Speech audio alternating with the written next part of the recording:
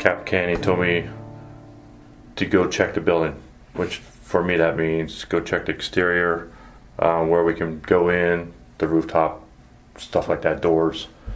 So I did a full circle around the building, exterior, observed 2 doors right here that are in the alleyway. Okay. Observed the air conditioning unit in the this wall right here. Do you want me to label them or? Yeah, if you can mark it up, then whatever's easier, marker or blue pen. Okay.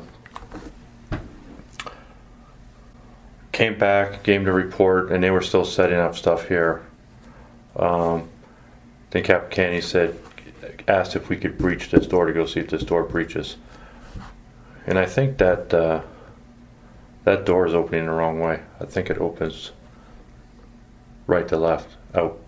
But Oh, it opens up? yeah, I think Okay. it opens that way. Okay. Pretty sure from what I remember.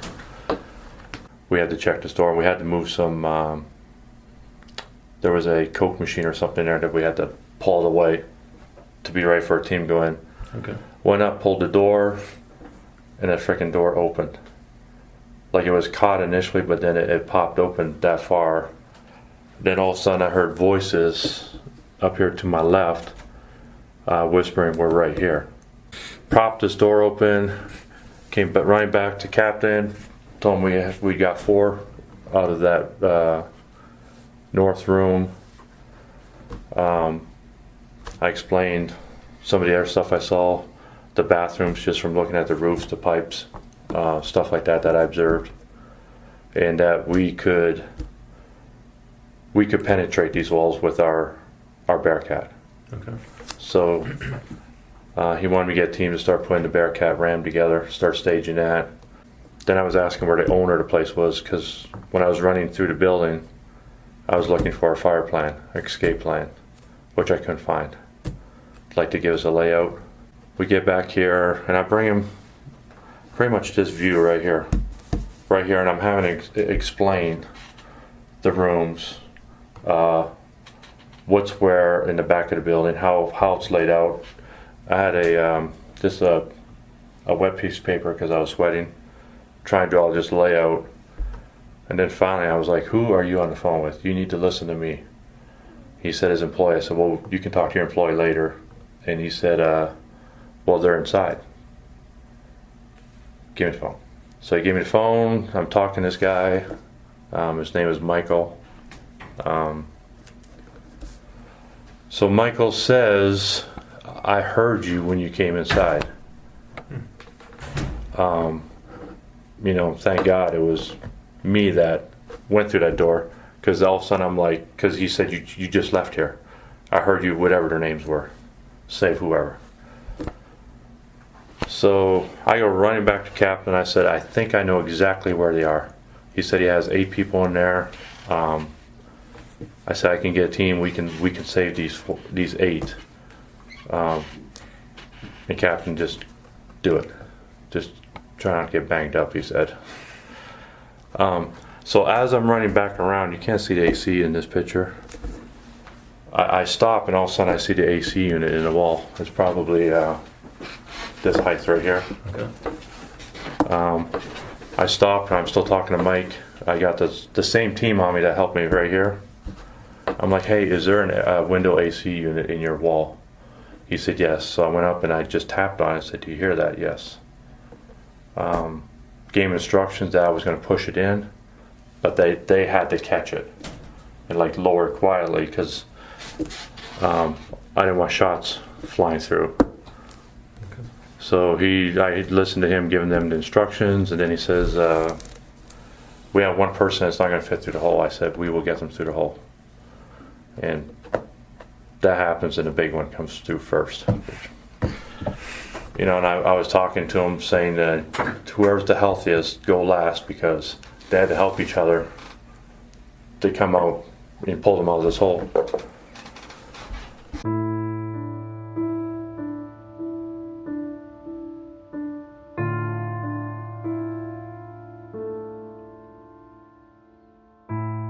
Just kind of muzzle punch my rifle through the glass and just did a quick sweep to kind of get some of it out of the way. And we stepped in. I stepped in first into this reception area, and I know some of the. It's still one of those things. I don't look behind me.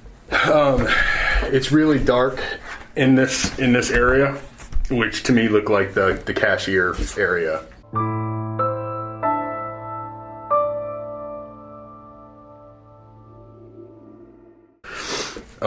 There's a beaded curtain hanging there, like 1970s type, beads hanging there so you can't really see.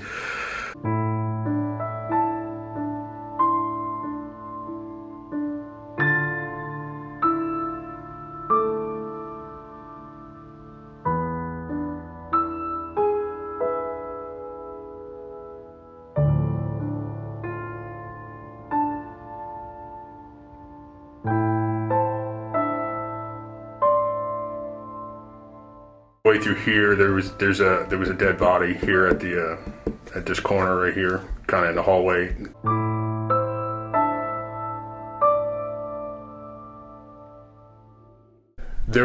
At one point there was a little bit of lull in the firing, and I believe we were right around here at this point in this hallway, this junction to like the main dance floor in the rear bar area.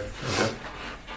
So at that point we were trying to figure out, okay, where exactly was the last one, and that's when I first looked into this main dance floor and saw all the bodies in there.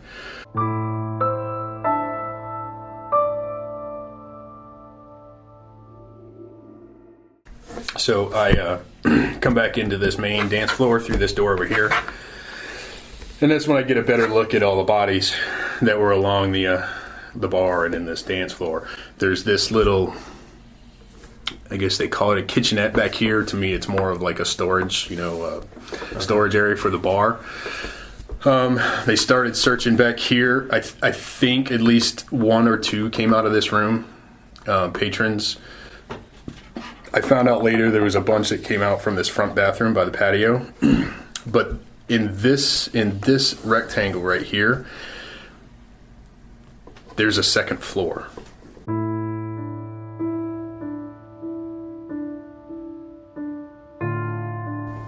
So right above this, where what's labeled as a liquor storage room, there's a second floor, and there's a ladder in this kitchenette that goes up to this landing. Okay. And that landing, I guess, is the DJ booth. And it's not just a open booth with like a DJ standing behind whatever electronic board he has. There's another room up there like what is drawn on this floor plan. It's an enclosed. It has a door and everything. There's a second floor landing here with a ladder in this corner where you see this door. So we searched that door. We didn't find anybody up there. Somebody went up the ladder. There's actually one of those two-way mirrors up there. Mm-hmm. So I don't know. People can sit up there behind the two-way mirror and look at the dance floor. I don't know. But then as people were giving commands, I would say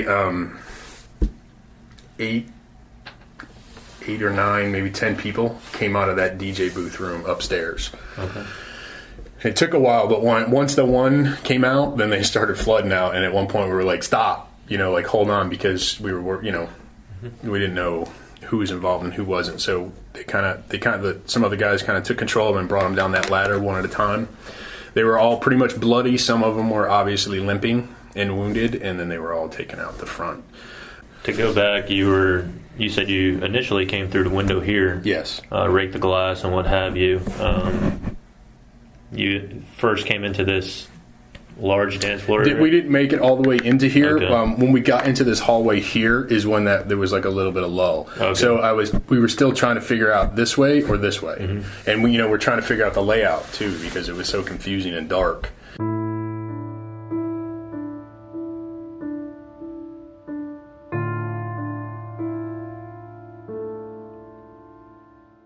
There's a manager of Pulse, and he's in communication with employees who are still inside. Okay. They're like, all right, we'll find out where they are. And, all we would get is dressing room. Where's the dressing room? And, over the radio and over the phone that the comm center is talking, they can never straighten out, a good explanation about where this dressing room is. And it turns out it's the, the northwest corner of this building. And I'm not sure how accurate this diagram is because I believe there's actually two rooms.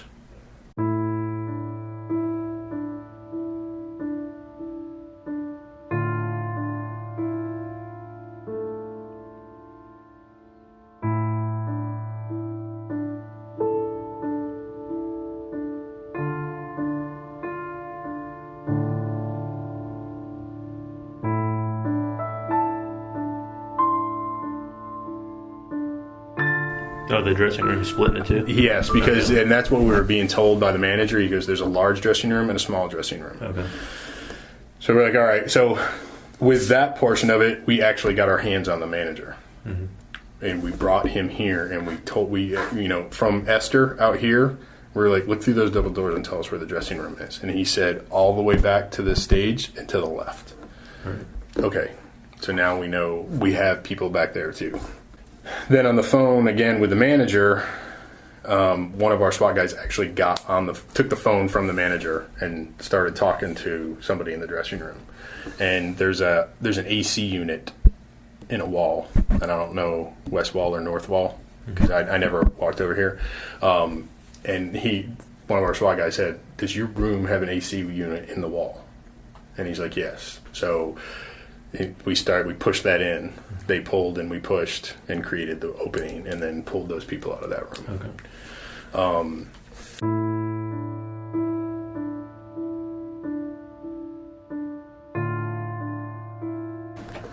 So we knocked out a rectangle right there where the breach was initially placed on the wall, and as soon as we knocked it out, I think the truck hit it twice and it all fell away. And then we were like, "Shit! It's actually at the dead end of the hallway." Okay. So we knew we weren't in the south bathroom because that opened up. We could see this closed door. So we knew that was a north bathroom, and we were all over here to the south a little bit. So we're looking in, and we're like, we're not on the right spot. All right. So at that point, the decision was made to immediately move to the south, and we knew the truck could handle the wall on its own.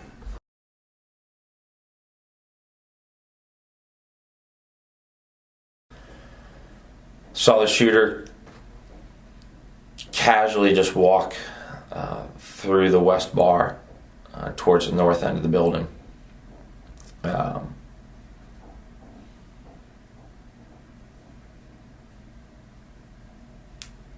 Shooting rounds into bodies as he just stepped over them.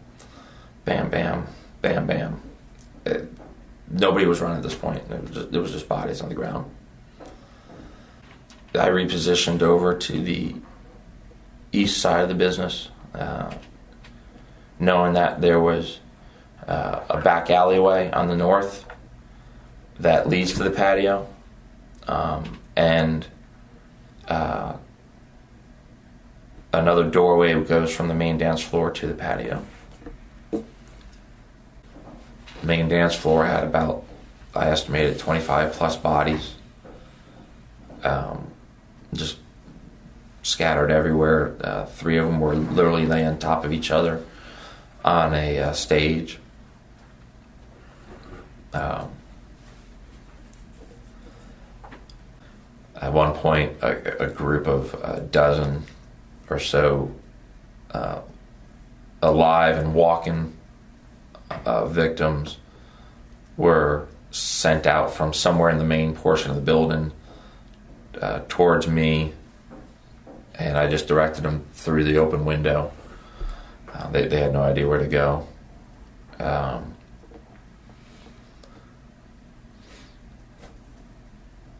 911 was on the phone with several people who said they were trapped inside of the offices upstairs. I'm familiar with the layout of the building, so I was talking with the communications on the radio, asking where they were, and then I was directing, giving information to Lieutenant Smith. There's an office upstairs. It's accessed via this ladder behind the bar's door. We can see it from the main dance floor behind the DJ booth. He was asking about an upstairs area behind us on the south side of the building, and we were positioning officers to cover. Communicated with the radio to have the individuals in that room come out with their hands up, slowly listen to our commands. Some other officers took over. When they made contact with them, had them come down, and then they were extricated. Lieutenant Smith approached the large window that has a waterfall that goes into what's identified as the reception area. Somehow somebody, some I don't know if it was a gunshot or somehow the window was broken out, and an entry was made. I made entry. I don't know left or right. They're not doors. They're just openings that have these like metal bead curtains that hang down. I made entry. At some point, I came into the main dance floor area, stayed in the VIP lounge area, stage area. 3 bodies on the stage, multiple bodies all throughout. A male victim had taken a gunshot wound to the head, and was laying just almost center of the floor, with his head just butterflied open.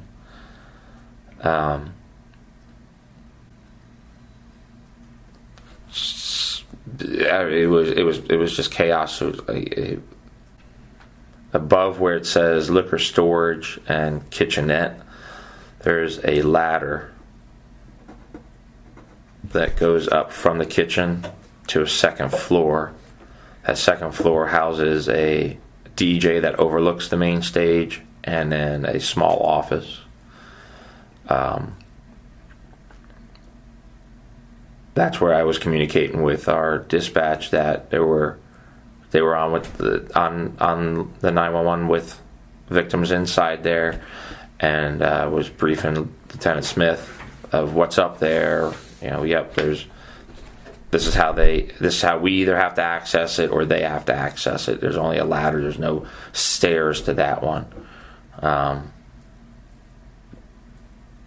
We extricated them. I know there were officers doing their jobs over here off of the patio and the main dance floor, extricating whoever they located. Once the victims in the office were extricated, at some point Lieutenant Smith grabbed me and said, "All right, we're out," and I was removed. And people were being dragged. The blood it was a half inch to an inch thick. There's just pools of it, and it was just bright red and thick. And that was throughout the interior of the club, as you described it? The main dance floor area, yeah. I actually never walked through the west bar because that's where we had him contained. I saw the easternmost dance floor, right through here. All I saw were dead bodies, right through here. Just dead bodies, people laying on top of each other. I heard cell phones ringing, text messages going off. It was pretty eerie.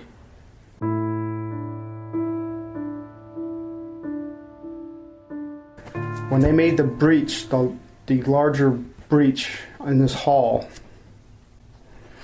the plan was to put it in this bathroom, the breach, to get these people out. But they misjudged it, and they put it here, which was the loud boom that everybody heard. While they did that, we poked another hole in this north bathroom, which would have been right about here. We poked that hole and started trying to make it bigger, but when the hole got bigger, the wall started collapsing on dead bodies that were underneath that hole. We started pulling it out. I crawled through the hole because there was people literally trapped underneath dead bodies. They couldn't move. Some people would say they were drowning because it was also flooding up with water because of the water flow. When I crawled through the hole, I pulled out, I don't know who it was, but I pulled somebody out, threw them through the hole, and then underneath here, there's a toilet. There was a guy trapped under the toilet. He was alive, and he had 2 dead bodies on top of him. I peeled him off, grabbed him, scoop him out. I actually knocked over the toilet to get him out. He was wedged in there. How the hell he did it, I don't know, but he got wedged in there, pulled him out, and then from here, I moved into the bathroom and deeper into the bathroom and started looking for people that were alive. And there were several other people that were in there. Some could walk, some couldn't. We just picked them up and carried them out of the hole. Started punching number 3, but what was happening was our ram was pushing blocks on top of victims that were still alive, that were getting trapped.